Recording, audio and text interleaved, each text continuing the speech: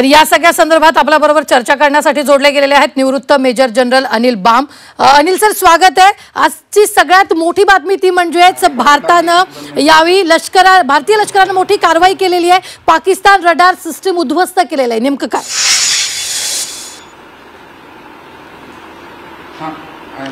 आपण पाहिलं की आपण पाकिस्तानच्या लाहोरमध्ये HQ-9 radar defence air defence system destroy केली आहे।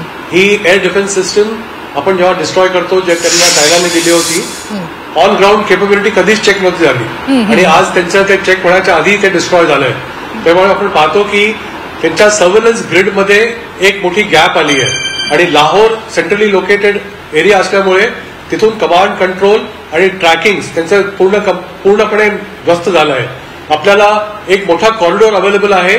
आपण जेव्हा आपली सैन्य कारवाई करू किंवा हवाई कारवाई करू, आपल्याला बिना रोकटोक आपल्याला ही कारवाई करता येईल आणि ही एक खूप मोठी अचीवमेंट आहे आपल्या भारतासाठी की आपण त्याचं प्राईम लोकेशन वरती त्याच्या प्राईम इक्विपमेंटला आपण नष्ट केलं आहे। या इक्विपमेंट बद्दल तुम्ही बोललेलं आहात सर, मात्र भारतीय सैन्याने आतापर्यंत कोणकोणत्या देशांचा शस्त्राचा नायनाट केलाय त्या संदर्भात काही माहिती?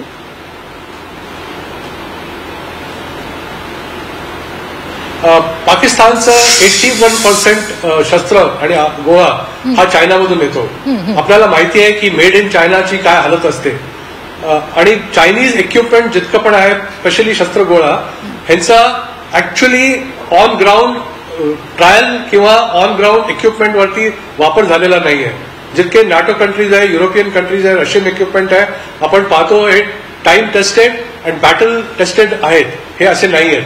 त्याच्यामुळे केव्हा काय होईल आणि पाकिस्तानचे जे इक्विपमेंट आहे त्यांचं ट्रेनिंग लेवल्स पण खूप लो आहेत, त्यांचा मोराल लो आहे, त्यांचा इक्विपमेंट वेल मेंटेन नाही आहे। त्याच्यामुळे आपण पाहिलं की एअर डिफेन्स सिस्टम जे की त्याच्यामध्ये एक लॉन्चर्स असतात, त्याच्यामध्ये रडार सिस्टम्स असतात, त्याच्यामध्ये कमांड कंट्रोल एलिमेंट असतात, म्हणजे हे HQ-9 एक नुसतं सिंपल सिस्टम नाहीये, हे इंटिग्रेटेड सिस्टम आहे ज्याच्यामध्ये जवळजवळ 16 ते 18 व्हेकल्स असतात, ते डिप्लॉय होतात ते आणि डिप्लॉयमेंट एरियामध्ये जवळजवळ 3 ते 4 एकर जमीन त्यांना लागते, इथे आपण डिस्ट्रॉय करतो आणि ते कम्प्लीट त्यांच्या नर्व सेंटर रडार सिस्टमला पण जर का आपण फिनिश केलं तर त्यांचे लॉन्चर्स बेकाम होतील आणि आपण ह्या पर्टिक्युलर HQ-9 सिस्टमला उद्ध्वस्त केलं आहे आणि त्यांच्या एअर डिफेन्स सिस्टम मध्ये एक मोठं भोग पाडलंय।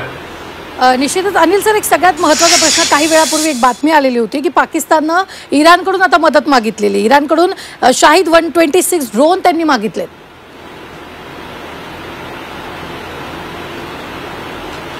पाकिस्तान ट्रेडिशनली अशा लोकांकडे जातं जे त्यांचं ऑल वेदर फ्रेंड्स असतात, ते टर्की असो, इराण असो, सौदी अरेबिया असो, अप्रोच करून मागणं अशा वेळेला याचा काही फायदा नाही। By the time a system comes into place, त्याचं ट्रेनिंग, त्याचा वापर करायची शक्ती, तोपर्यंत लढाई संपून जाते।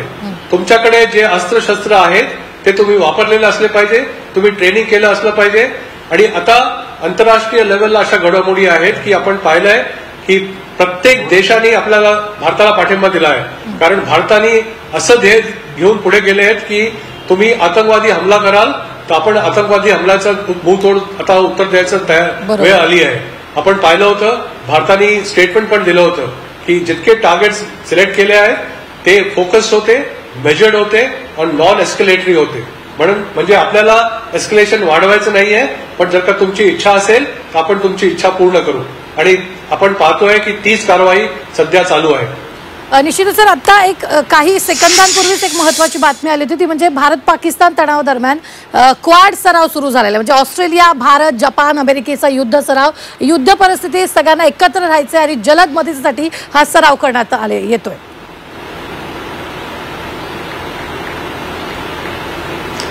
क्वाडच्या अगेन्स्ट खूप सारे देश आहेत, स्पेशली चायना। त्यांना वाटतं की हे जे 4 देश तुम्ही नॉमिनेट आता म्हटले ते ऍक्टिव्हिटी करतात आणि चारही देश नोन चायना हेटर्स आहेत, सो कॉल्ड चायना हेटर्स। त्याच्यामुळे त्यांना वाटतं की क्वाडचा अर्थच 4 असतो, क्वाड एग्रीमेंट किंवा क्वाड जॉईंट एक्सरसाइज न व्हावं। आपण जॉईंट एक्सरसाइज करतो कारण आपल्याला इंटरऑपरेबिलिटी कळली पाहिजे की बाकीचे देश, बाकीचं सैन्य, त्यांचं इक्विपमेंट, त्यांचं कम्युनिकेशन, त्यांचे ऑर्डर सिस्टम्स हे कसे असतात, जेव्हा आपल्याला एकत्र येऊन लढाई करावी लागेल तेव्हा आपण कसं इंटिग्रेट होऊन ही लढाई करू शकतो. कारण क्वाडच्या विरुद्ध नेहमी चायना काही ना काही वक्तव्य करतं. निश्चित.